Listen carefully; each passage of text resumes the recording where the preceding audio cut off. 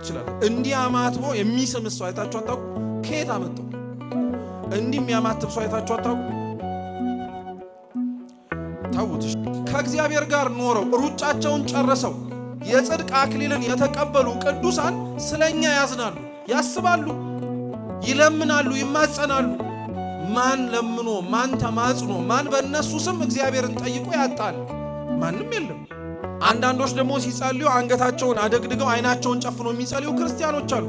ከየት እንዳገኙት እኮ ምንጩን አያውቁትም። በፍጹም ማናችንም የቆምን ቢመስለን ምን እንዳናረግ መጠንቀቅ አለብን፣ እንዳንወድቅ መጠንቀቅ አለብን። ያን እንደ ክርስቲያንነቱ ደግሞ ማወቅ ያለበት ነገር ቢኖር የሚኖረው በዚህች ሃይማኖት ውስጥ ክርስቶስን መስሎ አምላኩ ያረገውን አድርጎ ከእርሱ ጋር በፍጻሜው ለመኖር ነው እንጂ ደስ ያሰኘንም በማድረግ አይደለም።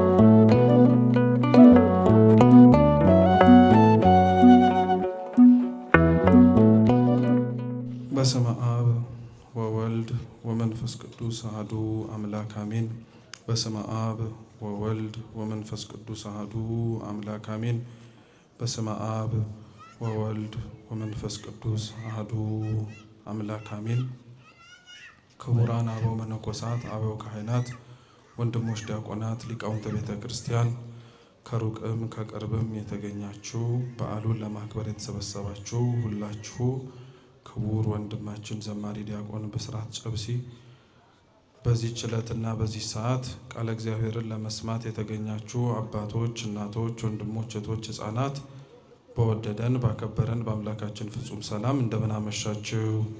እንደምን ዋላችሁ? እንደምን እስከዚህ ሰዓት ደረሳችሁ? አሜን። ቸርነቱን ምሕረቱን ይቅርታውን በእድሜያችን ላይ ጨመረልን። በፊቱ ያሳየነውን የእምነት ማነስ የመግባር ጉድለት ሳይመለከትም በደጁ እንድንሰበሰብ የረዳን የፈቀደልን ያልከለከለን የአባቶቻችን አምላክ ልዑል እግዚአብሔር ስሙ የተመሰገነ ይሁን። አምላካችን ቅዱስ እግዚአብሔር ቢወድ ቢፈቅድ ከዚህ ሰዓት በኋላ ባለን ደቂቃ ሕያውና ዘላለማዊ የሆነውን የአምላካችንን ቅዱስ ቃል እንማራለን። እንደ እግዚአብሔር ቅዱስ ፈቃድ ዛሬ ባለችን ደቂቃ የምንማማርበት የትምህርታችን ርዕስ የሚሆነው በሐዋርያው በቅዱስ ማቴዎስ ወንጌል ምዕራፍ 13 ከቁጥር 1 እስከ 9 ድረስ በተቀመጠልን የመጽሐፍ ቅዱስ ክፍለ ምንባብ ይሆናል። አስቀድሜ የመጽሐፍ ቅዱሱን ቃል ሁላችሁም ትሰሙት ዘንድ አነብላችሁና ከዛ ወደ ትምህርታችን እንሄዳለን። በዚያንም ቀን ኢየሱስ ከቤት ወጥቶ በባሕር አጠገብ ተቀመጠ። እርሱም በታንኳ ገብቶ እስኪቀመጥ ድረስ ብዙ ሰዎች ወደ እርሱ ተሰበሰቡ። ሕዝቡም ሁሉ በወደቡ ቆመው ነበር። በምሳሌም ብዙ ነገራቸው፣ እንዲህም አላቸው። እነሆ ዘሪ ሊዘራ ወጣ። እርሱም ሲዘራ አንዱን በመንገድ ላይ ወደቀ፣ ወፎችም መጥተው በሉት። ሌላውም ብዙ መሬት በሌለበት በጭንጫ ላይ ወደቀ። ጥልቅ መሬትም ስላልነበረው ወዲያው በቀለ። ፀሐይ በወጣ ጊዜ ግን ጠወለገ፣ ስርም ስላልነበረው ደረቀ። ሌላውም በእሾህ መካከል ወደቀ፣ እሾህም ወጣና አነቀው። ሌላውም በመልካም መሬት ወደቀ፣ አንዱም 100 አንዱም 60 አንዱም 30 ፍሬ ሰጠ። የሚሰማ ጆሮ ያለው ይስማ ይላል። ስለ ቃሉ የአምላካችን የልዑል እግዚአብሔር ስም የተመሰገነ ይሁን። በዚህ አሁን ባነበብነው በወንጌሉ ምንባብ መነሻነት ነው ለመማር የምንሞክረው።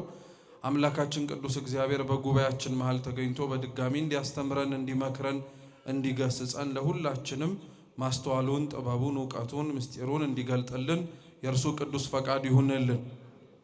የቅዱስ ማቴዎስ ወንጌል በሐዲስ ኪዳን የመጀመሪያዎቹ ወንጌላት ተብለው ከሚጠሩት መጽሐፍት መካከል የመጀመሪያው ነው።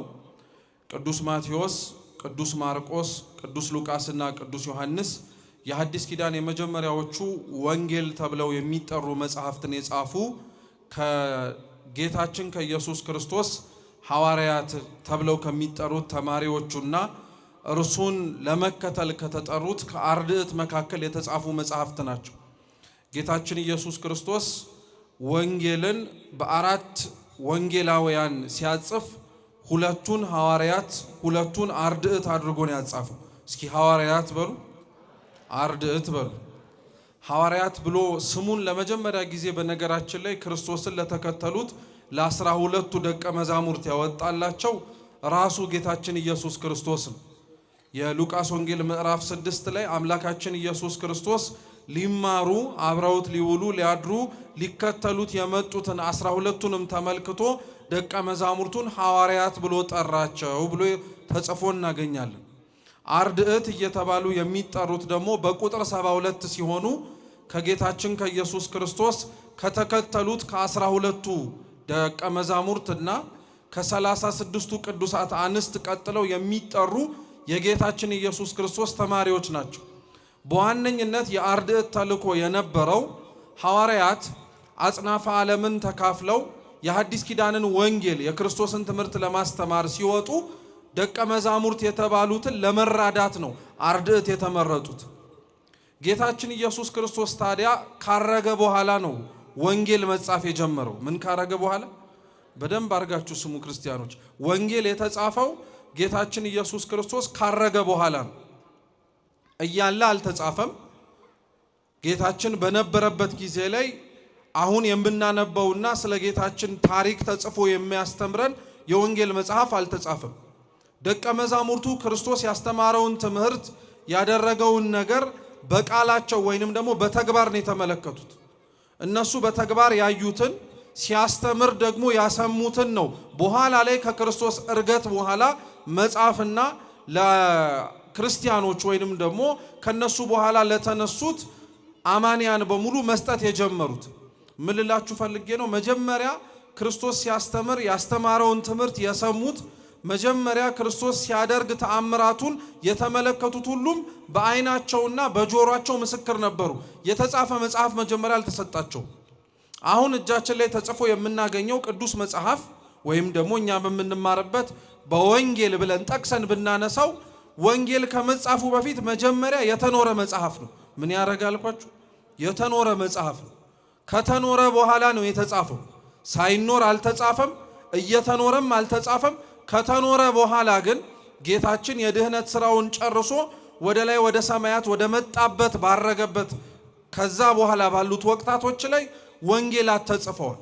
አሁን በእጃችን ላይ ታዲያ ይዘን የምንሳለመው አምነንም የጌታችን ቅዱስ ቃል ነው ብለን የምንሰማው ቅዱስ ወንጌል መጀመሪያ ያልተጻፈ የቃል ትምህርት ነበር። ይሄ የቃል ትምህርት ነው ተጽፎ ከዛ በኋላ መጽሐፍ ቅዱስ ወንጌል ብለን የምንጠራውን የሐዲስ ኪዳን መጽሐፍትን ያገኘን። ይሄን ክርስቲያኖች በነገራችን ላይ በሁላችንም በሚባል ደረጃ በደንብ ጠንቅቀን ማወቅ አለብን። መጽሐፍ ቅዱስ ከመጻፉ በፊት አስቀድሞ ስለ ክርስቶስ የሰማ ነው። ደቀ መዛሙርቱም ለሚያስተምሯቸው ለሌሎችም ሰዎች ሲያስተላልፉ የነበረው መልእክታቸውን በቃል ነበር። ምን በምን እስኪ በቃል በሉ። በቃል ነው። በቃል የሰሙትን በቃል ያስተማሩትን ከዛ በኋላ ነው የጻፉት። ለዛ ነው ሊቃውንት ሲያስተምሩና እኛም ቤተክርስቲያናችን የተሰበሰብንባት አምና እንደምትመሰክረው ወንጌላት ከመኖራቸው በፊት ቅዱሳት መጽሐፍት ተጽፈው ለኛ ከመሰጠቱ በፊት አስቀድማ ቤተክርስቲያን ጉባኤው ነበር። ለዛ ነው የሃይማኖት ጸሎት ሁሌ የሰርክ ጸሎት ላይ ተሰብስበን ስንጸልይ የመጨረሻ የምንላት አንቀጾች መካከል አንዱ ምንድነው? ሐዋርያት በሰበሰቧት በአንዲት ቤተክርስቲያን ምን እናረጋለን? እናምናለን እንላለን። ሐዋርያት የሰበሰቧት ቤተክርስቲያን ከመጽሐፉ በፊት አስቀድሞ ክርስቶስን ትሰብክ ነበር።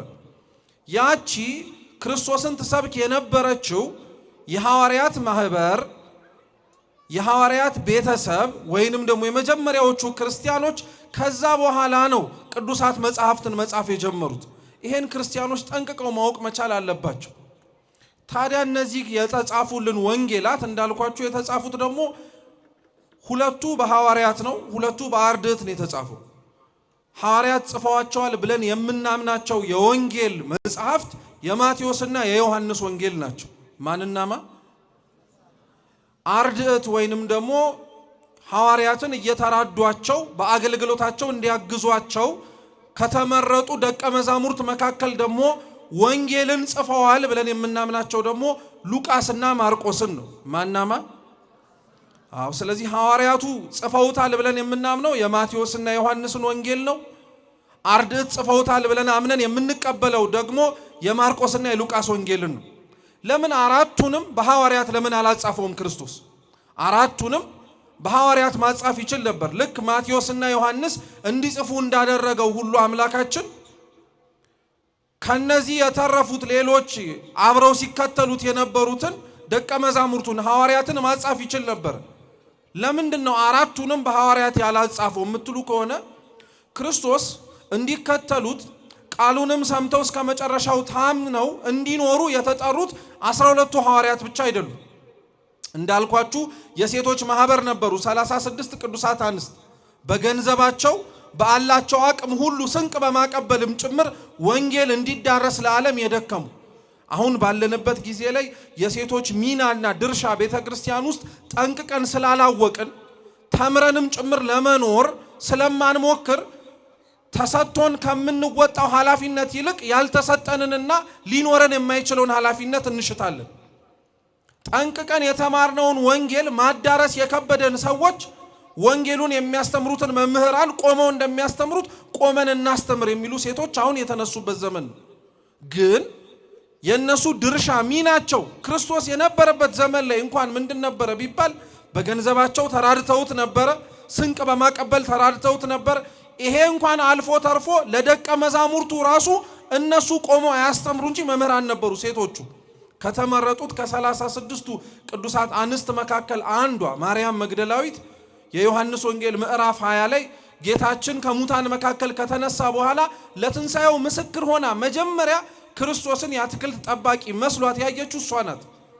ጴጥሮስም አይቶ ዮሐንስም ሮጦ ያ ክርስቶስ የተቀበረበት መቃብር እርሷ እንደሌለ ከነገረቻቸው በኋላ መጥተው አዩ። ጴጥሮስም እንደተነሳ በተለይ ዮሐንስ ደግሞ አይቶ እንዳመነ መጽሐፍ ቅዱሳችን ይነግረናል። ግን ስጋውን ሲፈልጉ አናገኝም። እነሱ እንዳዩ ተመለሱ። ሴቷ ማርያም መግደላዊት ግን ስጋውን አግኝታ እንደ አይሁድ ሥርዓት ሽቱ ረብርባ ነስንሳ እስከምትነፋበት ድረስና እስከምትቀባው ድረስ አልነቃነቅም ብላ እዛው ቁጭ አለች። ያንን ዋጋዋን ታገኝ ዘንድ ደግሞ ክርስቶስ በዛች ቀን ላይ የአትክልት ጠባቂ መስሎ ታይቷት ነበር።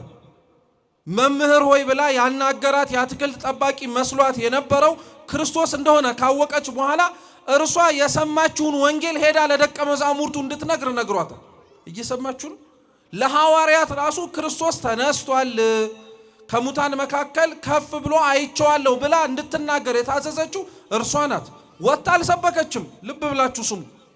ቆማ ወደ ምሕረት ላይ አላስተማረችም። የሰማችውን እውነትና ሐቅን ግን ደፍነው አልተቀመጠችም። ሄዳ ለሚመለከታቸው ሰዎች አድርሳለች። እኛ እኮ ዛሬ ተቀምጠን እንኳን የሰማነውን ወንጌል ውጭ ሆነን ወይ አሊያ ቤታችን ተሰብስበን ከሆነም በቤተሰባችንም እንኳን ተሰባስበን ሻይ ቡና ስንል እንኳን እኮ ለማውራት አንደፍረው። ታውቃላችሁ? ይህንን ለማድረግ ያቃተን ኃላፊነታችን ምን እንደሆነ የዘነጋን ሰዎች ነን። ቆመን ደግሞ ካልተናገርን የምንለው፣ ቆመን ደግሞ ካላስተማርን የምንለው። ሁሉም ድርሻ አለው። ክርስቲያኖች ሁሉም ኃላፊነት አለው። ስለ ሴቶቹ ያገለግሉት የነበረው በዚህ ነበረ። ክርስቶስ 72ቱ አርድእት የሚባሉት ደግሞ እንዳልኳችሁ ይራዱት ነበር። ስለዚህ ምን የመለስኩላችሁ ነው፣ አራቱንም ወንጌላውያን አድርጎ ቢያጽፈው ኖሮ የመጀመሪያውን የክርስትና እምነትንና አስተምሮን ከክርስቶስ የሰሙት 12ቱ ብቻ ስላልሆኑ አራቱ ብቻ ጽፈው ወንጌላውያን ብቻ ቢሆኑ ኖሮ ጸሐፍቱ ሌሎቹ ወጥተው ሲሰብኩ ማለትም 72ቱ አርድእት ወደ ዓለም ወጥተው ወንጌልን ሲያስፋፉና ሲያስተምሩ አይ እናንተ የምታስተምሩት ትምህርትማ እንደዚሁ ነቢያት ትላንትና እንዳስተማሩት እንደ ትንቢት ነው፣ ትላንትና ነቢያት ተነስተው ክርስቶስ ይመጣል፣ ይወርዳል፣ ይወለዳል ብለው እንደተናገሩት ነው፣ አለያም ደግሞ እንደ መልእክታት ሊሆን ይችላል እንጂ ደገኛይቱ ትምህርት እውነተኛ ከክርስቶስ አንደበት የወጣው ትምህርት ሐዋርያት ጋር ብቻ ነው የቀረው ተብለው የሚያስተምሩት ትምህርት ውድቅ እንዳይሆንባቸው ከሰው ዘንድ ተቀባይነት እንዳያጣ ብሎ ክርስቶስ አራቱንም ወንጌላውያን አድርጎ አላጻፉም። ሁለቱን ምን አድርጎ ጨመረበት? አርድእት አድርጎ ጨመረበት። እየሰማችሁ ነው። አራቱንም ደግሞ አርድእት አድርጎ ማጻፍም ይችል ነበር። ማለትም ማቴዎስና ዮሐንስን አውጥቶ ልክ ሉቃስና ማርቆስ አርድእት እንደሆኑ ከ72ቱ ሌሎች አርድእትን አስመጥቶ ማጻፍ ይችል ነበር። ያንንም አላረገውም። ለምን? ወንጌል ክብሩ በቤተ ክርስቲያናችን እንደምናውቀው ከቅዱሳት መጻሕፍት በሙሉ የላቀ ነው። ብሉይ ኪዳን እርግጥ ነው የእግዚአብሔር ቃል ነው፣ እናምናለን። የሚያስተምረው፣ የሚናገረው፣ የሚሰብከው የእርሱ ትምህርት እንደሆነ እንቀበላለን። ሐዲስ ኪዳንም ክርስቶስ ሰው ከሆነ በኋላ የተጻፈ መጽሐፍ እንደሆነ እንቀበላለን። ቤተ ክርስቲያናችን አምና ከምትቀበላቸው 81 መጽሐፍት ግን ትልቅ ክብር ያለው 4ቱ ወንጌል ነው። የማቴዎስ፣ የማርቆስ፣ የሉቃስና የዮሐንስ ወንጌል። ይሄ ወንጌል ክብር እንዳለው በነገራችን ላይ ለማወቅ ከምንነግራችሁ ይልቅ ነገ እግዚአብሔር ፈቅዶ ካነጋልን ሌሊቱን መታችሁ ቅዳሴ ስታስቀድሱ ታዩታላችሁ። ሌሎች ቅዱሳት መጽሐፍትን በመናነብበት መንገድ ነው ወንጌልን የምናነበው አይደለም። ለወንጌል በጣም ብዙ ቅድመ ዝግጅቶች አሉ። ቀድሞ የሚነበቡት የሐዋርያት መልእክታት፣ የሐዋርያት ሥራ፣ ሌሎቹም በሙሉ ታውቃላችሁ ለወንጌል ቅድመ ዝግጅት እኮ ናቸው። ጸሎት እኮ ነው። የምንሰማው ቃለ እግዚአብሔር ወንጌሉን መስማት እንድንችል ቀድመን የምናደርገው ዝግጅት ነው። እሱም አልበቃ ብሎ ቤተ ክርስቲያናችን ወንጌል ከመነበቡ በፊት የዳዊትን መዝሙር በዜማ ታዜመዋለች፣ ምስባክ ማለት ነው። እሱም አልበቃ ብሎ ልክ አዚመው ከጨረሱ በኋላ ዲያቆናቱ አዋጅ ያውጃሉ። የጌታችን የመድኃኒታችን የኢየሱስ ክርስቶስን ወንጌል ቆማችሁ ምን አርጉ ብለው ስሙ ብለው። ቆማችሁ ማለት መቼም ተቀምጦ የሚያስቀድስ አይጠፋም፣ እነሱን ለማስቆም ነው። ዋነኛው ዓላማ ግን ቆማችሁ ስሙ ማለት ህሊናችሁ የሚባዝን ከሚደረገው ነገር ውጪ ሆናችሁ ህሊናችሁ እዛም እዚህም የሚሉ ሰዎች ካላችሁ ምን አድርጉ እያለ ነው። ህሊናችሁ ይቁም። የሚነበበው የምትሰሙት ሁሉ ጌታችን ኢየሱስ ክርስቶስ ያስተማረው ምንድን ነው? ትምህርት ነው። ስለዚህ ቆማችሁ ስሙ ይባላል።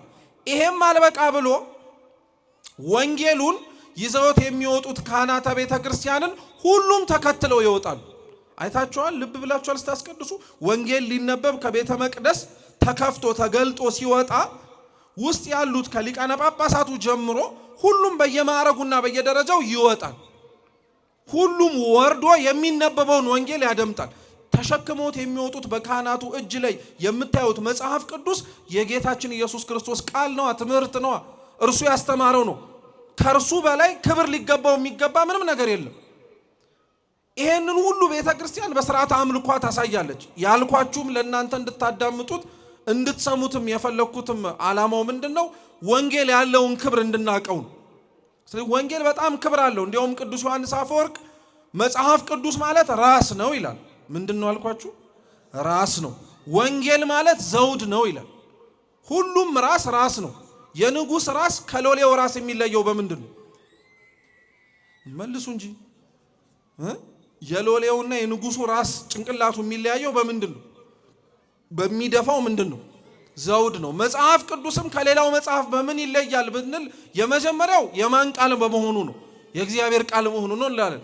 ከዛስ ከፍ ያለው ክብሩ ምንድን ነው ብለን ብንጠይቅ ወንጌል ነው።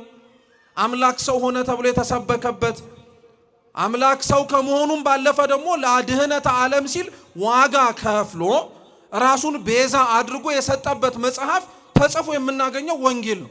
ስለዚህ ወንጌል ትልቅ ክብር አለው ልላችሁ ፈልጌ ነው። ታዲያ አርድእቱን ቢያጸፋቸው አራቱንም በአርድእት ቢጻፉ ኖሮ ምን አይነት አመለካከት ያድር ነበር? ሐዋርያት ወጥተው ሲያስተምሩ፣ አርድእትም ወጥተው ሲያስተምሩ የሐዋርያትን ትምህርት ህዝቡ ቀና ብሎ ያስተምር ነበር። ለምን? ከክርስቶስ ቅርበት ኖሯቸው የተማሩት እነሱ እንደሆኑ ስለሚያውቁ ማለት ነው።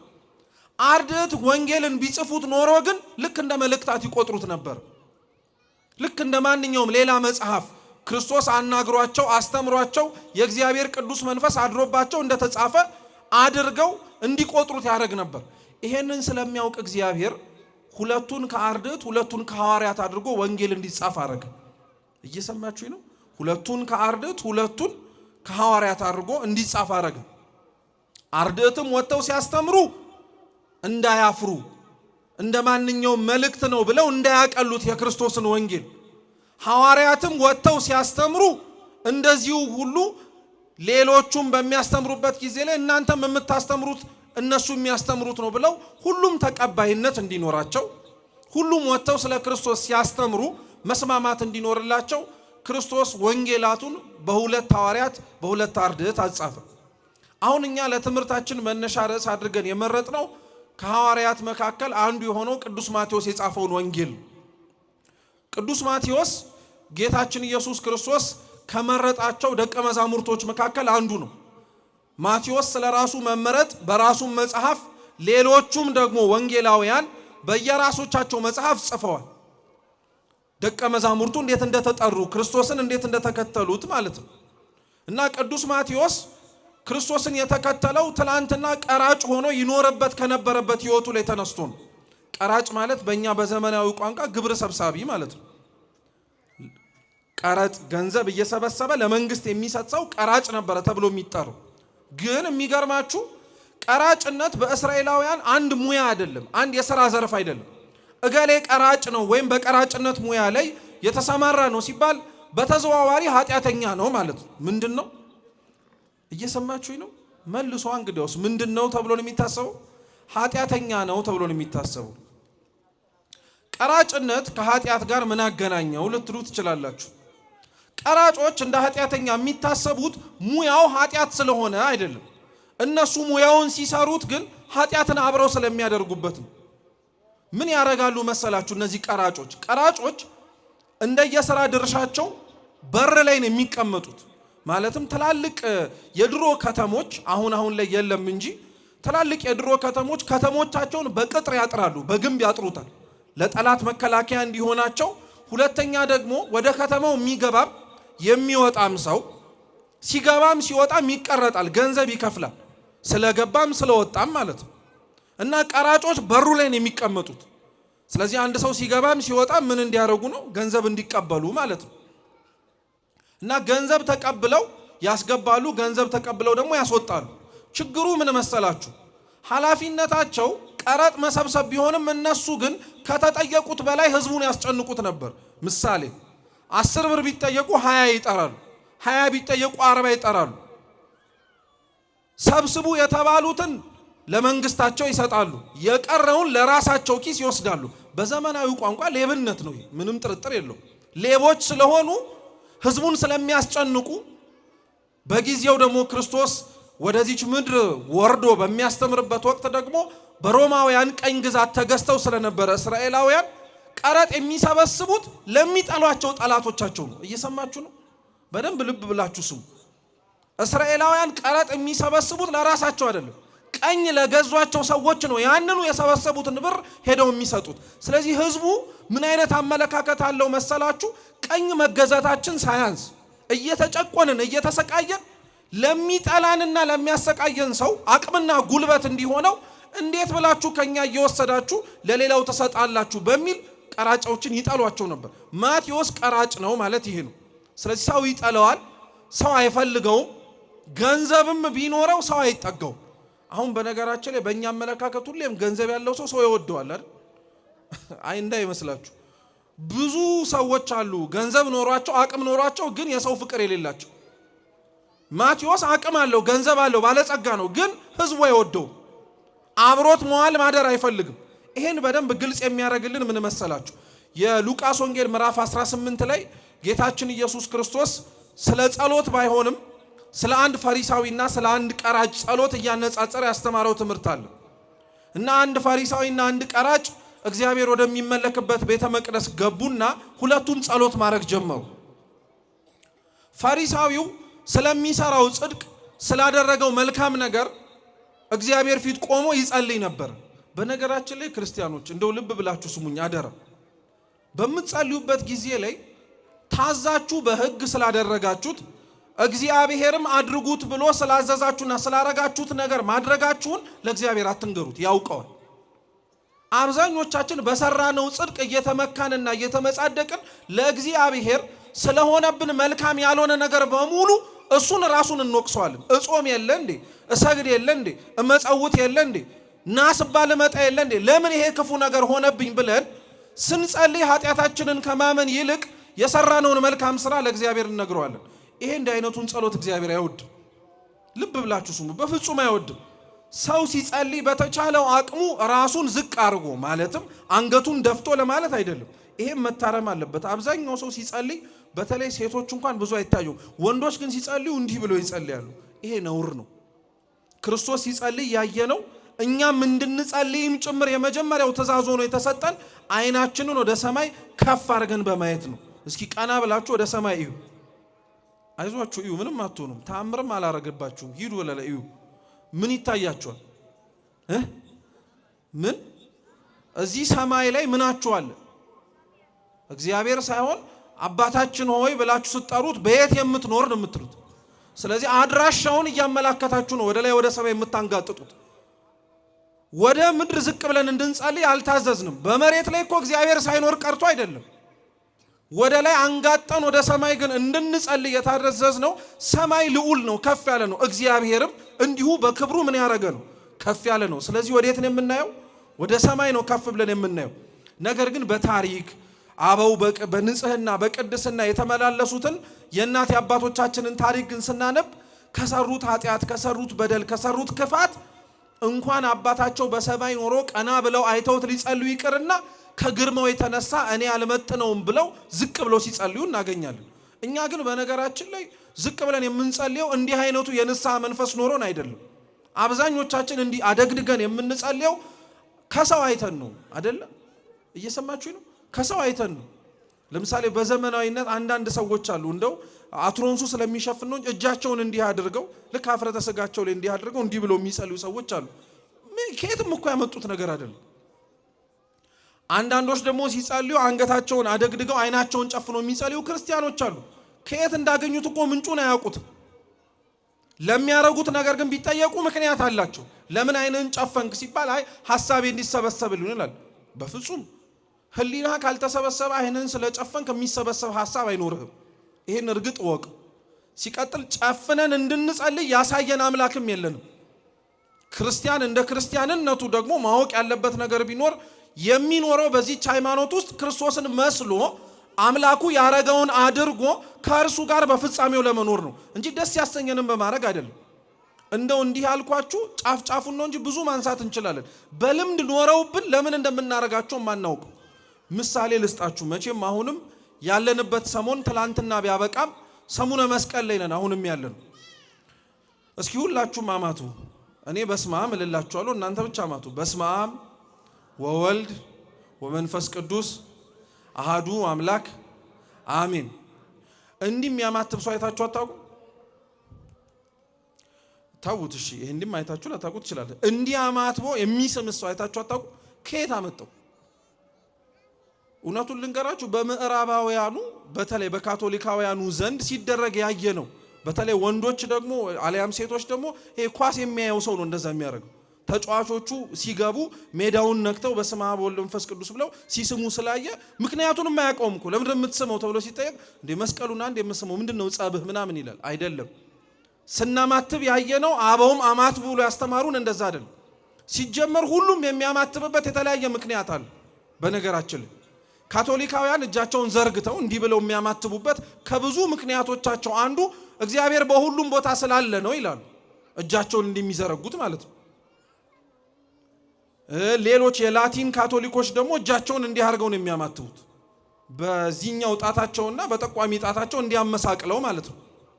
በዚህኛው መስቀል መስራታቸው ነው። ከላይ የተረፉት ሶስቱ ደግሞ የቅድስት ሥላሴ ማሳያ ነው ይላሉ። እኛ እንደዛ እንድናማትብ አልተማርንም፣ አላየንም። እኛ እንድናማትብ የተነገረን እንዲህ ብለን፣ ይሄንንም ያረግንበት የራሳችን ምክንያት አለን። መስቀል ነው እየሰራን ያለን። እግዚአብሔር በሁሉም ቦታ መኖሩን እያማተብን እየመሰከርን ነው። በሰማይም በምድርም በቀኝም በግራም በሲኦልም በገነትም በሁሉም እግዚአብሔር እንዳለ እያሳየን ነው። እንድንስም ግን አልታዘዝንም። እያልኳችሁ ያለሁት እንደ ልምድ ይዘናቸው የምናረግበትን ምክንያት የማናውቃቸው ብዙ ነገሮች አሉ። ይሄ መስተካከል አለበት። በነገራችን ወደ ትምህርታችን ግን ልመልሳችሁ ብቻ እና ያ ፈሪሳዊ ስለ እግዚአብሔር በእግዚአብሔር ፊት ጸሎት ሲጸልይ እንዲህ ብሎ ነበር የሚጸልየው። በቃ ስለ ጽድቁ ያወራል፣ ስለምኑ ያወራል። በመጨረሻም አጠገቡ ቆሞ ስላየው ቀራጭ ደግሞ ተመለከተና እንዲህ ቀራጭ ስላላረከኝ አመሰግንሃለሁ አለ። አንዳንድ ሰው መጸለያው ሳያንስ መጸለያችን ሳያንስ ራሳችንን ከሌላው ኃጢአተኛ ጋር የምናለካካ ሰዎች አሉ። ቢያንስ እግዚአብሔር ሆይ እንደገሌ ስላላደረከኝ አመሰግንሃለሁ ያልንበት እኮ ጊዜ እንዳለ ታውቃላችሁ። እኛ መምጣታችንን አይተን ግን የቀሩትን፣ እኛ መስተካከላችንን አይተን ግን አሁን ላይ የተበላሹትን። ሲጀመር በነገራችን ላይ እኛን ራሳችንን ከፍ አድርገን ሌላውን ባለበት ቦታ ዝቅ አድርገን እንደነገሌ ስላላረከኝ አመሰግንሃለሁ ነው አይደል ያልከው? አንተ ራሱ አሁን ቆመ ላለመናወጽ ምን መተማመኛ ኖሮ ነው? እርሱ ካለበት ከኃጢአት ቦታ ያንተን ወንበር ይዞ አንተ የተቀመጥክበት ወንበርን ትተህ እሱ ያለበት ኃጢአት ቦታ ላይ አለመቀመጥ በምን ተማምነህ ነው? በፍጹም ማናችንም የቆምን ቢመስለን ምን እንዳናረግ መጠንቀቅ አለብን። እንዳንወድቅ መጠንቀቅ አለብን። ጠብቆ የሚያቆመን እኛ የተቀመጥንበት ወንበር ሳይሆን የእግዚአብሔር ምሕረት ነው። ይሄን የረሳ ሰው ግን ራሱን ከሌላው ጋር ያነጻጽራል። ቢያንስ እንደ ገሌ እኮ አይደለሁም ይላል። እገሌን ተወው። ራስህን እውነት እንደዛ ብለህ ማነጻጸር የምትፈልግ ከሆነ እኮ ራስህን አብረ ልታስተያያቸው የሚችሉ ተጋድሏቸውን የጨረሱ እኮ ቅዱሳን አሉ። ተጋድሏቸውን የጨረሱ ከእግዚአብሔር ጋር በክብር ያሉ አሉ። ፈሪሳዊው ግን እንደዛ የለም። ስለ ቀራጩ እያየ እንዲህ ቀራጭ ስላላረከኝ አመሰግንሃለሁ አለ። ቀራጩስ በአንጻሩ የሰማዩን ርዝመት ከፍታ እንኳን ላይ የማይገባኝ ኃጢአተኛ ነኝ እያለ ደረቱን እየደቃ ዝቅ ብሎ እያነባ ያለቅስ ነበር። አሁን እግዚአብሔር ክርስቲያኖች ከነዚህ ከሁለቱ የሚሰማው ጸሎት የትኛው ይመስላችኋል? የፈሪሳዊው ነው ወይስ የቀራጩ ነው? አዎ ቅዱስ ዮሐንስ አፈወርቅ ምን ይላል መሰላችሁ? ሰው ኃጢአት ሲሰራን ያያችሁት እንጂ ከናንተ ተሰውሮ ደግሞ ንስሐ ሲገባ አልተመለከታችሁትም ይላል። ብዙዎች እኮ ስለ ኃጢአታቸው እርም እስከሚሉ ድረስ እነሱ ስለ ኃጢአታቸው እንደዛ ስላልተሰለሰሉ እኛ ተጨንቀን የፈተፈትንላቸው ሰዎች አለን። እነሱ እኮ ይሄን ንስሐ ገብቶ ከእግዚአብሔር ጋር ታርቀውበታል። ሕይወታቸውን ኖረው ተስተካክለውበታል። እኛ ግን እንደዛው ተመስጠን እዛው ቁጭ ብለን እንዳለን ሰዎች አለን። ማቴዎስ ቀራጭ ነው ስላችሁ እንዲህ ነው። ሰው ቢያየው እንኳን እንደሱ አላደረከኝ ብሎ የሚያመሰግንበት፣ ህዝቡ የማይወደው የማያስጠጋው፣ እምነቱን አይሁዳዊ ቢሆንም ቤተ መቅደስ እንኳን ገብቶ ለመገልገል ሰው የሚጸየፈው ሰው ነው። ክርስቶስ ታዲያ በሚያስተምርበት ጊዜ ላይ በመግቢያ በኢየሩሳሌም መንገዶች ላይ ሲገባ ማቴዎስን አየሁ እና ክርስቶስ ማቴዎስን አይቶ ተከተለኝ አለው። እስኪ ተከተለኝ በሉ ድገሙት። አሁንም ድገሙት። እናንተ አትሉም እንዴ? እስኪ በሉ። አሁን እኔ በስመ አብ ብዬ ጀመረ ጉባኤውን ማለት ነው። እናንተ ተከተሉኝ ብያችሁ ስብሐት ለእግዚአብሔር ብል ምንድን የምትሉት? ወዴት? አንደኛው ጥያቄ ነው አይደል? ለምን? ሁለተኛው ጥያቄ ነው። ለምን እንከተልሃለን? ወዴት ነው የምንከተልህ? ማነሳ አንተ ተከተሉኝ ብለህ እኛን እንድንከተልህ የምትጠራን ብላችሁ ትጠይቃላችሁ። የሚገርም እኮ ነው። ክርስቶስ ማቴዎስን አይቶ ተከተለኝ ሲለው እንዲህም አልጠየቀውም፣ እሺ ብሎ ነው ብድግ ያለው። እግዚአብሔር የሚገርማችሁ ለማቴዎስ ተከተለኝ ብሎ ኃጢአቱን ክፋቱን ትቶ እንዲነሳ እንዳረገው ሁሉ ከማቴዎስ በላይ አንተ ቃለ እግዚአብሔር እያዘነበ አልደከመብህ? ለአንተ እኮ ተከተለኝ አልበቃ ብሎ ለእኔና ለእናንተ ተከተለኝ ማለቱ አልበቃ ብሎን በስመ አብ ብሎ አስጀምሮ ከብሉዩ ከሐዲሱ ከሊቃውንቱ ከመነኮሳቱ ተጠቅሶ ከዝማሬው ተዘምሮ ይሄ ሁሉ እኮ ልብህን ለማሸነፍ ነው እንጂ ልክ እንደሚበላ ቡፌ የእግዚአብሔር ቃል በየአይነቱ እንዳለ ለማሳየት አይደለም። እንድትሸነፍ ለእግዚአብሔር እንድትንበረከክ ነበር። ማቴዎስን ያሸነፈው አንድ ቃል ነው። እኔና እናንተን 365 ቀን የሚዘንበው የእግዚአብሔር ቃል መቼ ነው የሚያሸንፈን?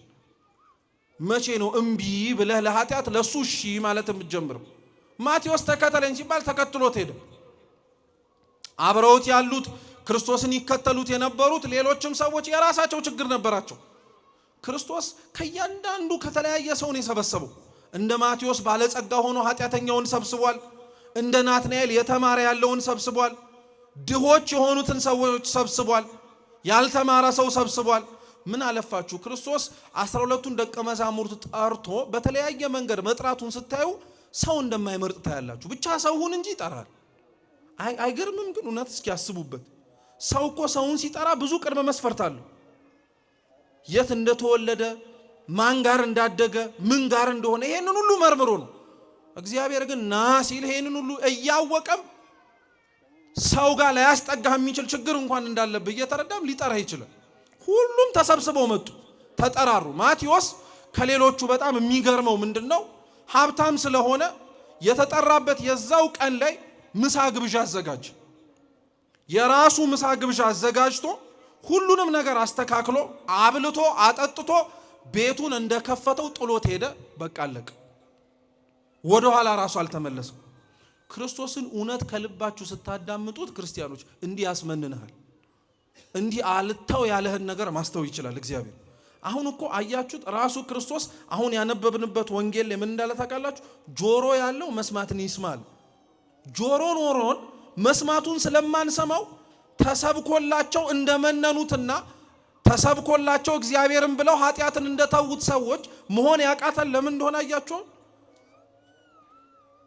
መስማቱን ስለማንሰማ ወይም ስለማናደምጠው ነገም የምናገኘው ስለሚመስለን ከነገ ወዲያም ብንፈልግ ቃለ እግዚአብሔሩ የማይታጣ መምህራኑን ቆሞ መስበክ የማያባሩ ስለሚመስለን ዛሬ ቢያመልጠን ነገ እናገኘዋለን እንላለን። ዛሬ ቢያመልጥ እውነት ነው፣ ነገ ሌላ መምህር ቆሞ ሊያስተምር ይችላል። ዛሬ መሽቶ ነገ መንጋቱን ግን በምን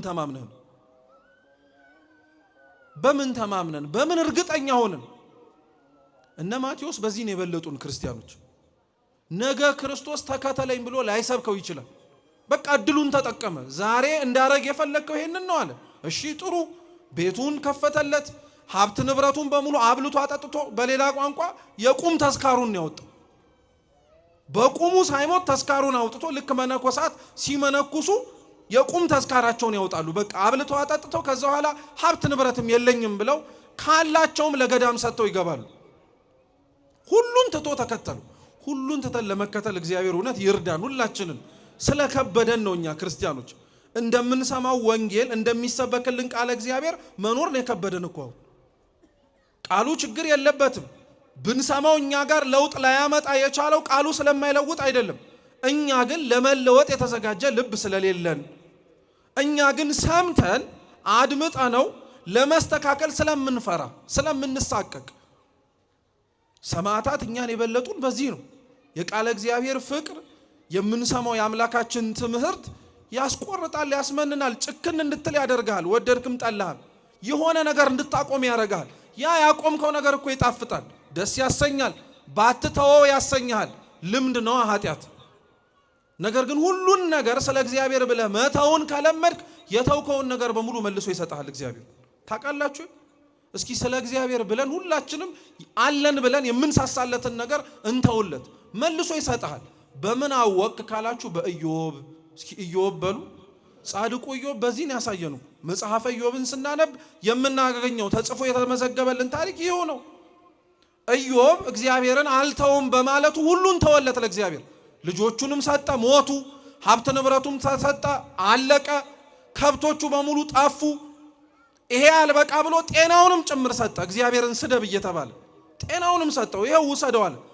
ከመታመሙና ከቁስሉ ብዛት የተነሳ ታስታውሳላችሁ፣ የገል ስባሪ የሸክላ ስባሪ ይዞ ሰውነቱን እያከከ ነበር የሚኖር። እግዚአብሔርን ላለመተው እኮ ነው። ስለ እግዚአብሔር ብሎ ኢዮብ ሁሉን ተወ። እግዚአብሔርስ ምን አረገለት ከተባላችሁ ሁሉን የተወለትን መልሶ ሰጠው። ሀብቱን ንብረቱንም ጨመረለት፣ ልጅም መልሶ ሰጠው፣ የጠፋበትን ጤናውን መልሶ ሰጠው። አሁን ለእግዚአብሔር ብለን ሁሉን ነገር እኛ ስለማንተው እግዚአብሔርም የፈለግነውን ሁሉንም ነገር አይሰጠንም። እነ ማቴዎስ ይህን ያረጉት ሁሉን ትተው መነኑ። ሁሉን ጥለውለት ከክርስቶስ ጋር አብረው ለመኖር ሞከሩ። ለዛ ነው በታሪክ ራሱ ሲነገር፣ በነገራችን ላይ የማቴዎስና የዮሐንስ ወንጌል በጣም ነው የሚገርማችሁ። በጣም ብዙ ትምህርቶች የሚወጡበት ትምህርት ነው። በጣም ብዙ ትምህርቶች። ቅዱስ ዮሐንስ አፈወርቅ ራሱ በማቴዎስ ወንጌል ላይ ብቻ ከ90 ያላነሱ ድርሳናትን ጽፏል። ሀተታዎች፣ ትርጉሞች ማለት ነው። እና ክርስቶስ በዚህ በሚናገረው በሚያስተምረው ደቀ መዛሙርቱም ጽፈውት አምነነው በተቀበልነው ወንጌል ላይ ጌታችን ኢየሱስ ክርስቶስ ትላንትና ስራውን ሰርቷል፣ ዛሬ የሚሰራ። ማቴዎስ ታዲያ ጽፏቸዋል ብለን አምነን ከተቀበልናቸው ታሪኮች ክርስቶስ በቃሉ አስተምሮ ማቴዎስ በጆሮ ሰምቶ የጻፈልን ታሪክ ምንድነው ቢባል አንዱ እኛ ያነበብነው የማቴዎስ ወንጌል ምዕራፍ 13 ነው። ክርስቶስ ደቀ መዛሙርቱን ሌላውንም ጭምር ሰብስቦ ነበረ መጀመሪያ ያስተምር የነበረው። እየሰማችሁ ነው? እየሰማችሁ ነው? ክርስቶስ ሁሉንም እየጠራ ያስተምር ነበር። አንዳንድ ትምህርቶቹ በተራራ ላይ ከፍ ባለበት ቦታ ላይ ቆሞ ሌላው እንደዚሁ ተሰብስቦ ያስተምር ነበር። ሌላ ቦታ ላይ በባህር ላይ ያስተምር ነበር። ክርስቶስ የማያስተምርበት ቦታ የለም። በነገራችን ላይ ለሚያስተውል ለሚመለከትና ለሚያደምጥ ልብ እግዚአብሔር የማይናገርበት መድረክ የለም። ለዛ ነው በተራራውም በቤት ውስጥም ከቤቱ ውጭም ባህር ላይም ወደብ ላይም የማያስተምርበት ቦታ የለም። እድሉ ከተመቻቸ የሚሰማው ሰው ካገኘ እግዚአብሔር ይናገራል። እና ይሄን እኛ ያነበብነውን የመጽሐፍ ቅዱስ ክፍል ክርስቶስ በባህር ላይ ተሳፍሮ ባለበት ጊዜ ላይ ያስተማረው ትምህርት ነው ሲነበብ እንደሰማችሁት። እና ጌታችን ኢየሱስ ክርስቶስ ይህን ትምህርት ሲያስተምር መጀመሪያ በምሳሌ ነው ያስተማራቸው። እስኪ ምሳሌ በሉ። ምሳሌ በመጽሐፍ ቅዱስም በሌሎችም ትምህርቶቻችን ላይ በጣም በተደጋጋሚ የሚገኝ ነገር ነው። ምሳሌ በጥቅሉ ያስፈለገበትን ምክንያት ባጭሩ ልንገራችሁ። የመጀመሪያው ምሳሌ ለምን በቤተ ክርስቲያን ውስጥ ያስፈልጋል ከተባለ የመጀመሪያው ምክንያት ምሳሌ የሚያስፈልገው የተናገረውን ነገር ወይንም ደግሞ የተማርነውን ትምህርት በተማርንበት ልክ መረዳት ከከበደን ሰምተነው ምን ለማለት እንደፈለገ ካልተረዳን ምሳሌው ሩቅ የሆነውን ሐሳብ ቅርብ አድርጎ ያስረዳናል። ብዙ በሃይማኖታዊ በተለይ በምናስተምራቸው ቤተክርስቲያን ትምህርቶቻችን ላይ ሊቃውንተ ቤተክርስቲያን ሩቅ የሆነውን የረቀቀውን የእግዚአብሔርን ዕውቀትና ትምህርት ድኩማን አእምሮ የሆነን እኛ መገንዘብ ላቃተን ሰዎች እንዲረዳን በምናቀው ነገር በምሳሌ ያስረዱን። ምሳሌ አንድ ልንገራችሁ ጥሩ የሆነ ምሳሌው አስፈላጊነቱም እንድንረዳው። አሁን አንዱ ቤተክርስቲያን ከምታስተምራቸው ትምህርቶቿ መካከል የአምላክ ሰው መሆንን እና አምላክ ሰው ሆነ ብለን ስንናገር እንዲህ ብለን እንደምናምነው አብራችሁን በሉ። አምላክ በሉ አምላክ ሰው የሆነው እያስተዋላችሁ ነው አይደል? እያላችሁ ያላችሁ ጥሩ። አምላክ ሰው የሆነው ከላይ ሳይጎድል ከታች ሳይጨመር ነው። እሺ ጥሩ። ምን ማለት መሰላችሁ? አምላካችን ወደ ምድር ወርዶ በማህፀነ ማርያም ባደረበት ቅጽበት በሰማይ ነበረ፣ በሰማይም በነበረበት ቅጽበት በማህፀነ ማርያም ነበረ ማለት ነው። አሁን ይሄንን ለሚሰማው ሰው አምኖ ቢቀበለውም አይምሮ ግን እንዴት ብሎ መጠየቁ አይቀርም። ይሄን ደግሞ መጠየቁ ጤናማ ነው። ምንም ነውር የለበት። እንዴት ሊሆን ይችላል? አንድ ነገር በሁለት ቦታ እንዴት ሊኖር ይችላል ብሎ ይናገራል። ጥያቄውን ከጥያቄ አልፎ ሊሆን አይችልም ወደሚል ድምዳሜ የሚያደርሰው ምን መሰላችሁ ክርስቲያኖች? የጠየቅነው ጥያቄ በእኛ ባለን መረዳትና ግንዛቤ ላይመለስ ይችላል። አንዳንዶቻችን ደግሞ የጠየቅነውን ጥያቄም ሆነ ያነሳነውን ሐሳብ የምንረዳው እኛ በምናስብበት ልክ ሊሆን ይችላል። ለዛ ነው አንድ ሰው እንደው እግዚአብሔር ከላይም ከታችም እንዴት ሊኖር ይችላል ሲል የሚያስበው እግዚአብሔርን እንደ ራሱ ሰውነት አድርጎ ነው። አሁን እናንተ እዚህ ባላችሁበት ቅጽበት ቤት አላችሁ እንዴ? ታስቡበታላችሁ እንዴ? እዚህ ሆናችሁ ቤት አላችሁ የላችሁ? ቤት ስትሆኑስ እዚህ መኖር ትችላላችሁ? ስለዚህ መኖር የምትችሉት ስንት ቦታ ላይ ብቻ ነው። አካላችሁ ውስንነት አለው ማለት ነው። አንድ ሰው የእግዚአብሔርን አካል እንደ ራሱ ጠባብ አካል አስቦት እዚህ እኔ ካለው እዛ የለውም እሱ እንዴት ሊሆን ይችላል ብሎ መጠየቅ አይችልም። በእርግጥ ቢጠይቅ እንኳን አልፎ እንደኔ ነው ማለት ግን አይችልም። ክብር ይግባውና እግዚአብሔር ታዲያ እንዴት ነው በአንድ ቦታም በሌላም ቦታም በላይ በሰማይም በታች በማህፀነ ማርያምም ሳይጎድል ሊኖር የቻለው የምትሉ ከሆነ እንደው ጥሩ ማሳያ የሚሆነው ማስታወሻና ደብተር ይዛችሁ ብትመጡ ነበር። አሁን እኔ የማወራውን ቃል በእጆቻችሁ እስክርቢቶና ደብተር አላችሁ ልበላችሁ። አበበ ብላችሁ ጻፉ አልኳችሁ። አበበ ብላችሁ ስትጽፉ አንደኛ ምን ተማራችሁ? እኔ የማወራውን ቃል አትመለከቱትም፣ ታደምጡታላችሁ እንጂ። እኔ የማወራውን ነገር ግን ማየት ብትፈልጉ ምን ማድረግ ብቻ ነው የሚጠበቅባችሁ? መጻፍ። ስለዚህ ቃልም ሰው ሲሆን ታየ የምንለው እኔ የማወራውም ቃል ሲጻፍ እንዳየኸው ነው ማለት ነው። አንድ ሁለተኛ ከኔ አበበ የሚለውን ቃል አውጥቼ ተናግሬ እናንተ በማስታወሻችሁ ላይ አበበ ብላችሁ ስትጽፉት ከኔ ልብ ወጥቶ ይወጣል ማለት ነው። ኧረ በለው አይዟችሁ፣ አትጨነቁ፣ አይወጣም። አሁን እያወራችሁ ከሰው ጋር ማለት ነው እየተነጋገራችሁ ቃላት ስታወጡ ያወጣችሁት ቃል በሚሰማው ሰው ጆሮም ይገባል። በእናንተም በተናጋሪውም ሕሊና ልቡና አለ የለም። የእናንተ እቺ ደካማ ቃል ስታወሯት ከእናንተ ካልታጣች ሲሰማው ለሚያደምጠው ሰውም ደግሞ ጨምራ ሌላ ነገር ካላመጣች እንዴት የእናንተን አንደበት የፈጠረው እግዚአብሔር በላይ በሰማይም በታችም ቢኖር ይገርማል እንዴ? ምሳሌ የሚጠቅመው ለዚህ ነው። አያችሁት? ተመሳሳይ ብዙ ምሳሌዎችን ማንሳት እንችላለን። ስለዚህ ክርስቶስ በምሳሌ ያስተምር የነበረበት አንደኛው ምክንያት ይሄ ነው። ሁለተኛው ምሳሌ ያስፈለገው ለምን መሰላችሁ? ክርስቶስን የሚሰማው ሕዝብ በሙሉ ሁሉም ለመማር የመጣ ሰው አይደለም። በነገራችን ላይ ክርስቶስን ብቻ ሳይሆን አሁን የክርስቶስ ቤተክርስቲያን የሆነችው እዚች እንኳን ተገኝተን አምላካችን በረድኤት ተገልጦ ያስተምርባታል ብለን የምናምንበት ቦታ ላይ እንኳን ሁሉም ሰው እሱን ለመስማት ያልመጣ ነው። በምን አወቅ ብትሉ አባቶቻችን የማቴዎስ ወንጌል ምዕራፍ 5 የተራራውን ስብከት ሲያስተምሩ የመጀመሪያ ትርጓሜያቸው ክፍል ያደረጉት ክርስቶስን ለመስማት የተሰበሰቡት ሕዝብ በምን ምክንያት እንደተሰበሰቡ ነው። አንዳንዶቹ ክርስቶስን ለመስማት የመጡ ነበሩ፣ ለማዳመጥ፣ ለመለወጥ፣ ለመስተካከል። ልብ ብላችሁ ስሙ። አንዳንዶች ክርስቶስ ያለበት ቦታ ላይ ይመጡ የነበሩት ተአምር ፈልገው ነው። እንጀራ በርክቶ ሲያበላ፣ ሽባ ሲተረትር ስላዩ ከነ ችግራቸው መጥተው ጤናን ለማግኘት ተአምር ለመፈለግ። ሌሎች ይመጡ የነበሩት ደግሞ ለምንድን ነው ሲባል መልኩን ደምግባቱን ፈልገው፣ በጣም ነው የሚያምረው፣ በጣም እጅግ ውብ ነው፣ እሱን ውበቱን ደምግባቱን ለማየት ይመጡ ነበሩ። እስካሁን 3 ነገርኳችሁ። አራተኛ ሌሎች ይመጡ የነበሩት ደግሞ እስከ መጨረሻው ሊከተሉት ነው። ሊማሩ ብቻ አይደለም፣ ቆርጠው ተምረው ከጨረሱ በኋላ ማድረግ የሚጠበቅባቸው ለማድረግ ነው። አምስተኞቹ ይመጡ የነበሩት ደግሞ ለክስ ነው፣ ከሚናገረው ንግግር ስህተት ለማውጣት ማለት ነው። አሁን ክርስቶስን የቀደመው ሕዝብ በእነዚህ 5 ምክንያት እንደሚከተለው ዛሬ ያለንም ሰዎች ቤተክርስቲያን የምንመጣው ቃለ እግዚአብሔር የምንሰማው በዚህ ምክንያት ነው። አንዳንዶቻችን ዛሬ የመጣ ነው ቃሉን ለመስማት ነው። ለእውቀት ብሎ የመጣ ሰው አለ፣ ለመማር ማለት ነው። ጥሩ፣ ምንም ክፋት የለውም። አንዳንዱ ለተአምር ብሎ የመጣ ሰው አለ፣ የተለየ ነገር እግዚአብሔር እንዲያደርግለት ፈልጎ ማለት ነው። ሌሎቻችን የመጣ ነው ደግሞ የቤተ ክርስቲያን ውበት ስቦ ነው። አንዳንድ ሰው ታውቃላችሁ፣ በነገራችን ላይ እንዲህ ዲኮር ምናምን ሲደረግ የሚወድ ሰው አለ። ወይ ድምቅ አለች ቤተ ክርስቲያኗ፣ በቃ ዛሬ ፏ ብላ ነው ያለችው ምናምን፣ ውበቱ ስቦት የሚመጣ ሰው አለ።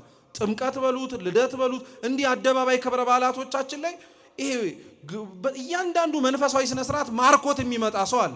3 4ኛ ለክስ ብሎ የሚመጣ ሰው አለ። ደግሞ ዛሬ ቄሶቹ ምን ይሉ ይሆን አባ እስኪ ዛሬ ደግሞ ተናግረው ድብቼም የማይሉት ነገር የለም እርሳቸው ብሎ ለመንቀፍ የሚመጣ ሰውም አለ። እዚህኛ መካከል እኮ ነው የምላችሁ። 5ኛ ደግሞ እስከ መጨረሻው ሊከተለው የሚመጣ ሰው አለ፣ ሰምቶ ምን ላርግ ለሚል። እንዲህ አይነቱን አድማጭ እግዚአብሔር ያርገን። እውነት ሰምተን ከኛ የሚጠበቅብን ምን እንደሆነ አውቀን ለማድረግ የመጣን ሰዎች። የሚደንቃችሁ ክርስቶስ እነዚህን 5ቱን ምክንያት አድርገው የተሰበሰቡትን ሰዎች 5ቱንም አስተምሯቸዋል። ሁሉንም ማለት ነው። 5ቱም ላይ ደክሞባቸዋል። 5ቱም ላይ ቃሉን ሳያዳላ እኩል ነው የሰጣቸው።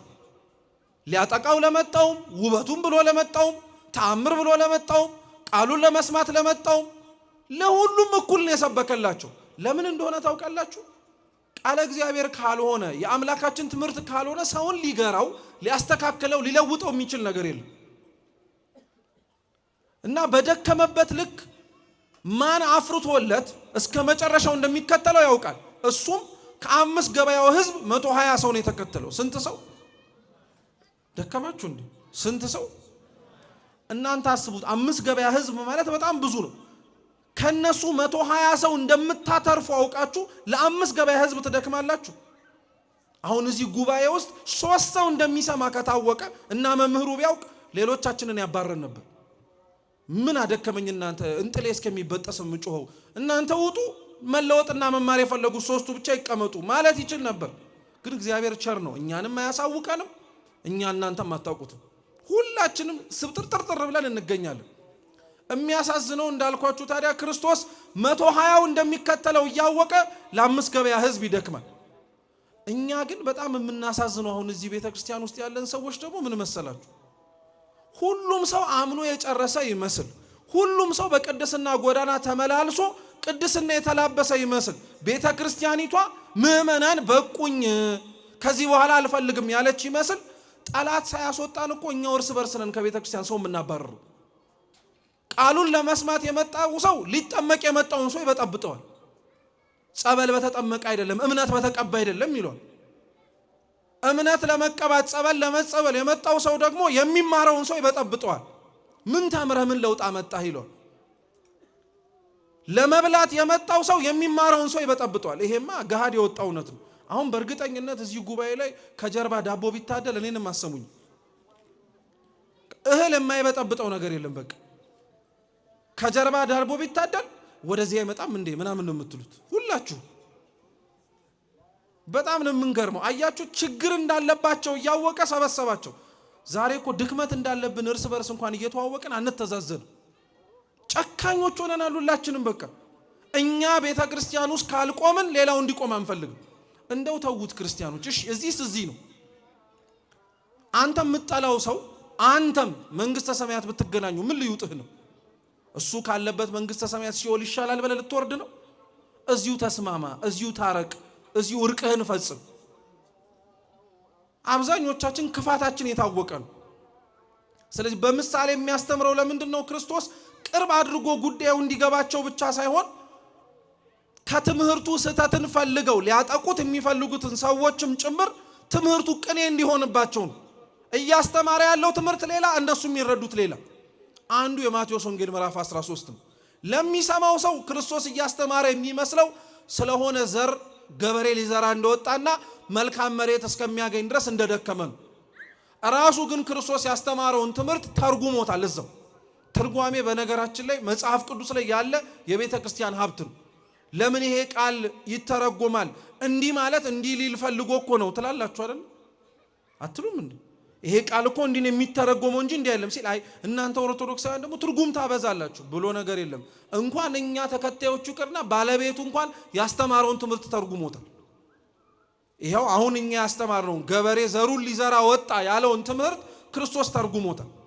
ሲጀመር በጣም የሚገርመው ታሪኩን ብቻ ከነ ትርጓሜው እንመልከተው። አንድ ገበሬ በሩ ዘሩን ሊዘራ ወጣ። ገበሬ ዘሩን የሚዘራው መሬቱ ምን ሲሆን ነው? ሲጀመር ቃለ ሕይወት ያሰማልን አባታችን። ካለሰለሰ ገበሬው ምን ማድረግ አይችልም። አይገርማችሁም? ገበሬው ክርስቶስ ሊዘራን የወጣው እንጂ መሬት ሊያለሰልስ አይደለም፣ ሊኮተኩት አይደለም፣ ሊያርም አይደለም። መዝራት የእሱ ድርሻ ነው። መሬት የተባለ ልብህን መኮትኮት፣ ማረም፣ መንቀል የማን ድርሻ ነው? ያንተ ድርሻ ነው፣ የኛ ድርሻ ነው። አብዛኛው ሰው እኮ ሁሉንም እግዚአብሔር እንዲያደርግለት ይፈልጋል። ቃሉንም እንዲዘራበት፣ ልቡንም እንዲያርስለት፣ ሁሉን ነገር አድርጎለት እሱ እጅግሩን አጣጥፎ ብቻ የተደረገለት መብላት መጠጣት የሚፈልግ ሰው አለ። አይሆንም። በእምነታችን ብቻ እንድናለን ብለው የሚያስቡ ሰዎች ማለት እንደዚህ አይነት ሰዎች ናቸው። በቃ ስራ አይጠበቅብንም የሚሉ በፍጹም። ወንጌል ገበሬ ዘሩ ሊዘራ ወጣ ነው ያለው።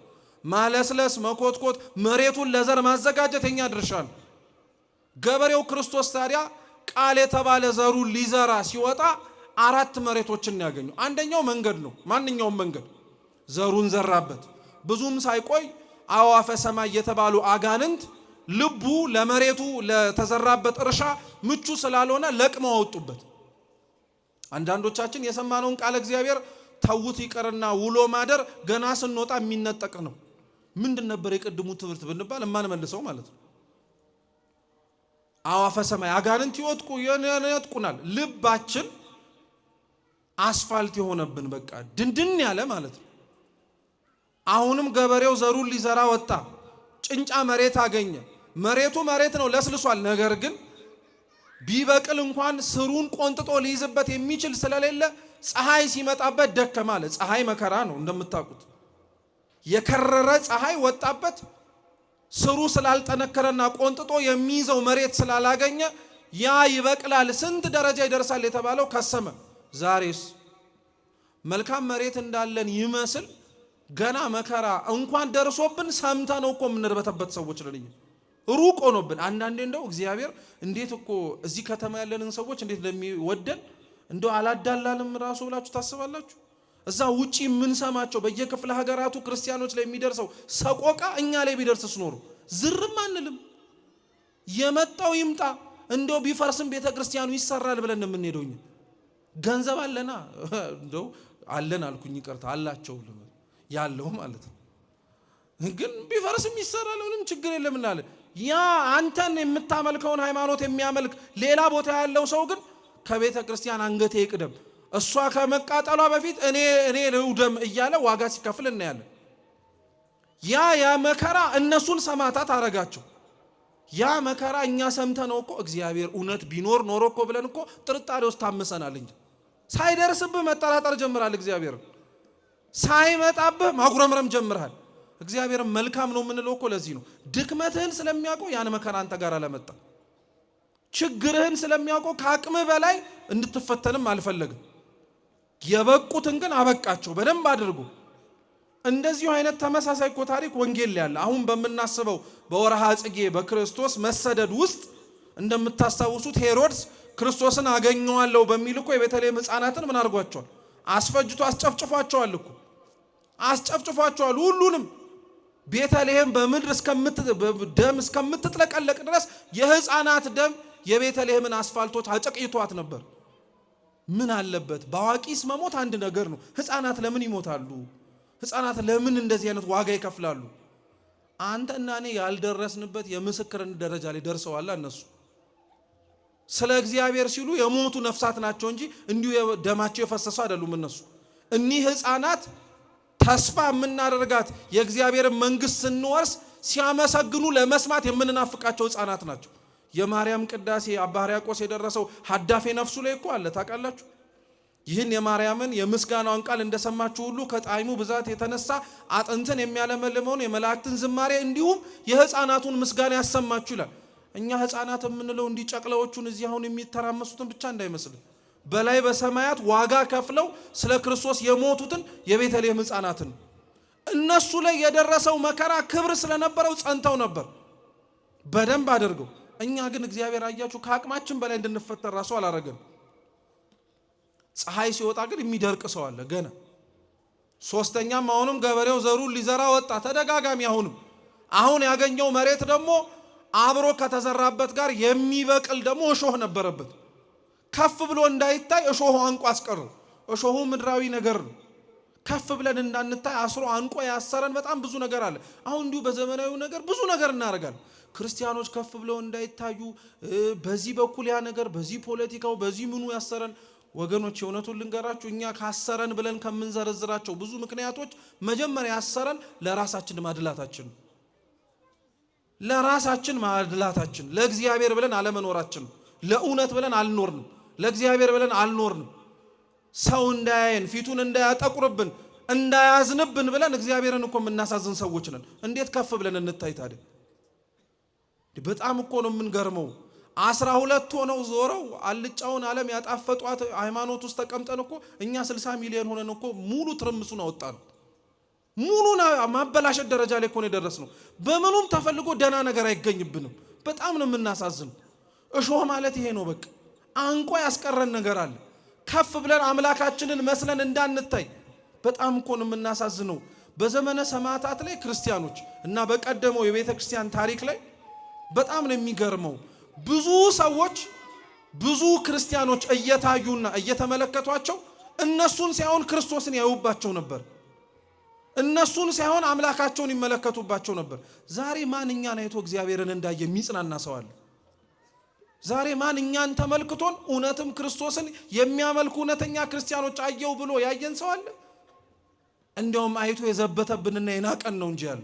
እኛም እግዚአብሔርን ንቀነዋል፣ እኛም እግዚአብሔርን ዝቅ አድርገነዋል። ስለዚህ ክብራችን ከራሳችን የመነጨ አይደለም ከእግዚአብሔር የመጣ ነው እንጂ። እሾህ ማለት ይሄ ነው፣ አንቆ ያስቀር። መጨረሻ ላይ ገበሬው ደግሞ ዘሩን ሊዘራ ወጣና መልካም መሬት አግኝቶ ዘራ። የለሰለሰ የታረመ የተዘጋጀ። እንዲህ አይነቱን መሬት ሲያገኝ ዘሩ ታዲያ ፍሬ ያፈራ። 130 60 ፍሬ ያፈራል። አሁን ልጠይቃችሁ ክርስቲያኖች፣ ከአራቱ መሬቶች ፍሬ ያፈራው ስንት መሬት ነው? በሉ መልሱ እንጂ። ከአራቱ ዘሩን ገበሬው ክርስቶስ ከዘራበት ልብ ከተባለ እርሻ ላይ ፍሬ ያፈራው ስንት መሬት ነው?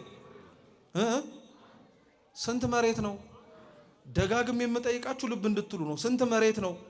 አንድ አይደለም 3 ነው። አይደለም? አሃ አሉ ጋሼ ገብቷቸዋል ማለት 3ቱ መሬት ፍሬ አፍርቷል። ፍሬው የተለቀመበት ግን ስንት መሬት ብቻ ነው? አንድ ነው እንጂ 3ቱም ፍሬ አፍርተዋል እኮ። በአስፋልት ላይ የተዘራው ፍሬ አላፈራም። ሲጀመር የሰማይ አዋፋት ምን አድርገውታል? ይዘውት ሄደዋል። በጭንጫ ላይ የተዘራው አላፈራም? አፍርቷል። ፀሐይ ያደረቀው እንጂ። በሾህ ላይ የተዘራው አላፈራም? አፍርቷል። እሾህ አንቆ አስቀረው እንጂ። በመልካም መሬት ላይ የተዘራው አላፈራም? አፍርቷል። ከፍ ብሎ ታይቷል። 3ቱ አሁን እነዚህ ፍሬ የሰጡት መሬቶች ቅዱስ ያሬድ በድጓው ላይ ሲያስተምር እጽዋት ፍሬን የሚሰጡባቸው መንገዶች 4 ናቸው ይላል። ልክ እንደ መሬቶቹ ማለት ነው። አንዳንድ እጽዋት በራሳቸው ፍሬ የሚሰጡ አሉ፣ ልክ እንደ ገብስ አይነቶቹ። አንዳንድ እጽዋት በጎናቸው ፍሬ የሚሰጡ አሉ፣ ልክ እንደ በቆሎ አይነቶቹ። አንዳንድ እጽዋት በውስጣቸው ፍሬ የሚሰጡ አሉ፣ ፍሬያቸው ውስጣቸው ይሆን ልክ እንደ ዱባ አይነቱ ማለት ነው። አንዳንዶች ደግሞ ፍሬያቸውን የሚሰጡት ከመሬት በታች ነው ሳናየው ማለት ነው። እና ቅዱስ ያሬድ በትርጓሜ ያስተምራል። እነዚህ አራት እጽዋት ፍሬ የሚሰጡበት መንገድ እግዚአብሔር የደከመበትን ዘር ለመቀበል ሲመጣ ፍሬ የሚጠብቅባቸው መንገዶች ናቸው ይላል። አሁን ያሳለፍነው እስከ መስከረም 25 ከሰኔ 26 ጀምሮ የነበረው ወቅት ዘመነ ክረምት ነው። ዘመነ ክረምት ገበሬ ዘሩን ለመዝራት መሬቱን የሚያለሰልስበት፣ ሰማይ ዝናብ እያዘነበችለት እግዚአብሔር እየረዳው እርሱን አምኖ ደግሞ ዘር የሚዘራበት ነው። አሁን ከመስከረም 26 በኋላ ያለው ወርሃ ጽጌ አበባ የሚፈነዳበት፣ ገበሬው ምኑን የሚጠብቅበት ነው? ዘሩን የሚጠብቅበት ነው። እግዚአብሔር የደከመባችሁን ቃል እግዚአብሔር ፍሬውን ሊሰበስብ ይመጣል። የሰጣችሁን ሕይወት እንደምን አድርጋችሁ እንደኖራችሁት ለማየት ለመቃረብ 30 ይኑረን 60 ወይ 100 ለማየት ይመጣል። ከላይ ፍሬ ማፍራት ማለት ፈሪሃ እግዚአብሔር ማለት ነው። እስኪ ፈሪሃ እግዚአብሔር በሉ። ሰው ቃል እግዚአብሔር የሚማረው የአምላኩን ቃል የሚሰማው አምላኩን መፍራት እንዲችል፣ እሱ ደግሞ የጥበብ ሁሉ መጀመሪያ ነው። ሰው አምላኩን ቃል የሚሰማው እሱን መፍራት እንዲችል ነው። መብረቅ ያወርድብኛል፣ የለመንኩትን አይሰጠኝም፣ እንዲህ ያደርግልኛል ብላችሁ እንድትሳቀቁ አይደለም። እግዚአብሔርን መፍራት ማለት ወዳችሁት ኃጢአትን መጥላት ማለት ነው። አምላካችን በልጦብን የምንሰራው ኃጢአት አንሶብን መኖር ማለት ነው። ሰው የቃል እግዚአብሔር ፍሬው ይሄ ነው። በጎናቸው ፍሬ የሚሰጡ ማለት ደግሞ መተሳሰብ ማለት ነው። እስኪ መተሳሰብ በሉ። የእግዚአብሔርን ቃል የሚማር የሚሰማ ሰው የሚታወቀው የሚታየው በመተሳሰብ ነው። ቤተ ክርስቲያን እንደ አካልነቷ ራሷ ክርስቶስ ነው። ከታች ያሉት ብልቶች እኛ ነን። ጻድቃን፣ ቅዱሳን፣ ሰማዕታት እኛም ተነሳይ ኃጥአን ተብለን ብንጠራ ብንታደል ስለ ኃጢአታችን ብናለቅስ የቤተ ክርስቲያን አካላት እንባላለን። የሚገርመው ምን መሰላችሁ? ከእግዚአብሔር ጋር ኖረው ሩጫቸውን ጨርሰው የጽድቅ አክሊልን የተቀበሉ ቅዱሳን ስለኛ ያዝናሉ፣ ያስባሉ፣ ይለምናሉ፣ ይማጸናሉ። ማን ለምኖ ማን ተማጽኖ ማን በእነሱ ስም እግዚአብሔርን ጠይቆ ያጣል? ማንም የለም። አምኖ ለጠየቀ ሰጥቶታል። ነብዩን በነብዩ ስም በዋጋው የሚቀበል ዋጋውን ሰጠዋለሁ ብሏል ወንጌል። የተሰጣቸውን ክብር አምነን እግዚአብሔርን እንዲለምኑልን ብንማጸን በደንብ አድርገው ይሰጡናል። መተሳሰብ ማለት ይሄ ነው። በነገራችን ላይ ቅዱሳን ለኛ ያስባሉ። የተሰባሰባችሁባት የቅድስት አርሴማ ቤተክርስቲያን ሰማዕቷ ታስባለች። እሷ እኮ ሩጫዋን ጨርሳለች፣ የድል አክሊሏን ተቀብላለች። የራሷን ሩጫ ስለጨረሰች ግን ስለነሱ አይመለከተኝም አላለችም። ቅዱሳን ለዛ ነው የመጨረሻ አረፍተ ስጋቸው ላይ ሲደርሱ በሰማዕትነት ሲሞቱ እግዚአብሔር ምን ላርግላችሁ ብሎ ሲጠይቃቸው ቃል ኪዳን ግባልኝ ማርልኝ ነው የሚሉት። ማርልኝ። እነሱ እኮ ተምረዋል፣ ሌላው ግን እንዲማር ይፈልጋል። ቃለ እግዚአብሔር ተዘርቶብን ፍሬ አላፈራን። እኛ ግን ምቀኞች ነን፣ አንተሳሰብም። እውነት እንነጋገር ከተባለ እዚህ አጥቢያ ያለን አብያተ ክርስቲያናቱን ለመሳለም ምንመጣ ሰዎች እዚህ እኛ ያለነው ብቻ ነን አይደለም። እኛም የመጣ ነው በስንት ትግል መሰላችሁ? ሞንታርቦ ተለኩሶ ኑ ተብሎ ሳምንት ተቀስቅሶ ምናምን መሆን አልነበረበትም። ቃለ እግዚአብሔር ተለምነን የምንሰማው አልነበረም። ለምነን ነበር መስማት የነበረብን። ለምነን ተማጽነን እኛ ነበርን ሌላውን ሰው ይዘን ና ተማር ብለን ቦታውን አመቻችተ መቀመጥ የነበረብን። ተምረን የተለወጥን እንመስላለን እንጂ ገና ነን። እኛ በጣም ገና ሊደከምብን ብዙ ያስፈልገናል። እኛ በውስጣቸው ፍሬ የሚሰጡ ደግሞ የሚባሉት ንጽህና ነው። ሰው የአምላኩን ቃል ተምሮ ንጹህ መሆን አለበት። ለነፍሱ ማሰብ መቻል አለበት። የተዘራው ዘር አንዱ እንዳለበት የሚታወቀው በዛ ነው። ንጽህናው ነፍሱን ከኃጢአት ለመለየት የሚያደርገው ተጋድሎ፣ ጭንቀት ለስጋችን በምናስበው ልክ ለነፍሳችን ንስሐ መጨነቅ አለብን። ከመሬት ስር ደግሞ ፍሬያቸውን የማናያቸው ማለት ትህትና ነው። የእግዚአብሔር ቃል መገለጫው ትህትና ነው። ትሁት ያልሆነች ነፍስ በነገራችን ላይ ከሰይጣን በምን ታንሳለች? ራሱ እውነት እስኪ ምን ታንሳለች? ሰይጣን እኛን የሚበልጠን በምን ይመስላችኋል? በምን ይመስላችኋል? በምንም እኮ አይበልጠንም። በምንም ሊበልጠንም አይችልም። እንደሱ ፈሪ የለም፣ እንደሱ ቢደነግጥ የለም፣ እንደሱ የሚጨነቅ የለም። ሊያውም እኮ ጻድቅም ኃጥእም ሳንል እጃችንን ገና መስቀል ስናነሳ እሱ የለም፣ ተበትኗል። ያ ፈሪ የሆነው ሰይጣን ከኛ የሚለየው ታዲያ በምንድን? እኛ ስለምናምን ነው ብትሉ እንዳይመስላችሁ። እንደ ሰይጣን አማኝ አለ እንዴ? እንደው ማመን ብቻ አይደለም። ቅዱስ ያዕቆብ እኮ እንደተናገረው ያምናሉ ይንቀጠቀጣሉ ነው ያለው። እኛ አምነን ለእግዚአብሔር እንንቀጠቀጣለን እንዴ? መልሱ እንጂ ፈራችሁ እንዳይዟችሁ። እሱ ያምናል ይንቀጠቀጣልም ጭምር ያምናል ይንቀጠቀጣል። እኛ ግን እናምን ይሆናል እንንቀጠቀጥ እንጃ እግዚአብሔር ነው የሚያውቅ። ሰይጣን ብቸኛ ሊሆነው የማይችለው አስመስሎም መታየት የማይችለው ነገር ቢኖር ትህትና ነው። ለዛ ነው አባ ሙሴ ጸሊም ሰይጣን እኛ እንዳያሸንፈን እንድናሸንፈው ምን እናርግ? እንጹም አሉት። ጹሙ፣ ነገር ግን እሱ እኮ አይበላም አላቸው። እናንተ ብጾሙ የሆነ ሰዓት ላይ ምን ማድረግ አለባችሁ? መብላት። ሌሊት ቆመን እንደር አሉ። አይ እሱ መቼ ይደክመዋል አለ። እውነቱን ነው። አንተ ቆመህ እንኳን ተቀርቶ ተቀምጠህም ይደክመናል። እሱ ግን ጭራሽ አይደክመው። ታዲያ እንዴት እናሸንፈው ሲሉ አባ ሙሴ ጸሊም ሰይጣንን የምታሸንፈው በትህትና ነው አለ። ማስመሰል አይችልም። እሱን ትሁት ሆኖ መታየት አይፈልግም። እብሪተኛ ነው፣ ትዕቢተኛ ነው። እግዚአብሔር ቃል ማለት ይሄ ነው። ክርስቲያኖች ሰው ሰምተነው ትሁት መሆን አለብን። የእውነት ራሳችንን ለሰውም ለእግዚአብሔርም ዝቅ ማድረግ አለብን። ይሄ ካልሆነ እውነት ተዘርቶብን ያለው ቃል እግዚአብሔር ፍሬ ማፍራቱን እንዴት እናውቀዋለን? እኛስ እግዚአብሔርስ ፍሬ አላቸው ደክሜባቸዋለሁ ብሎ ሲመጣ ከኛ እንዴት ፍሬ ሊያገኝ ይችላል? ይህን በደንብ አድርገን ማሰብ መቻል አለብን ክርስቲያኖች። ወርሃ ጽጌ የሌሊቱን ማህሌት የሌሊቱን ለእመቤታችን የሚቀርበውን ምስጋና በምናስብበት ልክ እንዳትዘነጉ። አሁን ዛሬ የምናከብራት በያዝነው ጽጌ አምሳል እውነትም እመቤታችን ጻዳ ጽጌረዳ ናት ብለን የምናከብራት የተዘራባት ቃለ እግዚአብሔር አምላኳን ፈርታ በመታየቷ ንጽህና ስለነበራት ትህትና ስለነበራት ለሰው አስባ ስለተጨነቀችም የተሰጣት ክብር እንደሆነ እንዳትረሱ። ካህናቱ በያዙት አበባ ውስጥ እናንተ ራሳችሁን ማየት አለባችሁ። እኔስ መቼ ነው እንደዚህ ፈክቼ የምታየው በእግዚአብሔር ቃል ብላችሁ ሌሊት በሚቆመው ማህሌቱ ስታመሰግኑ እኔስ እግዚአብሔር መቼ ነው እንደሚያመሰግነኝ በመንግስቱ ብላችሁ መጨነቅ አለባችሁ።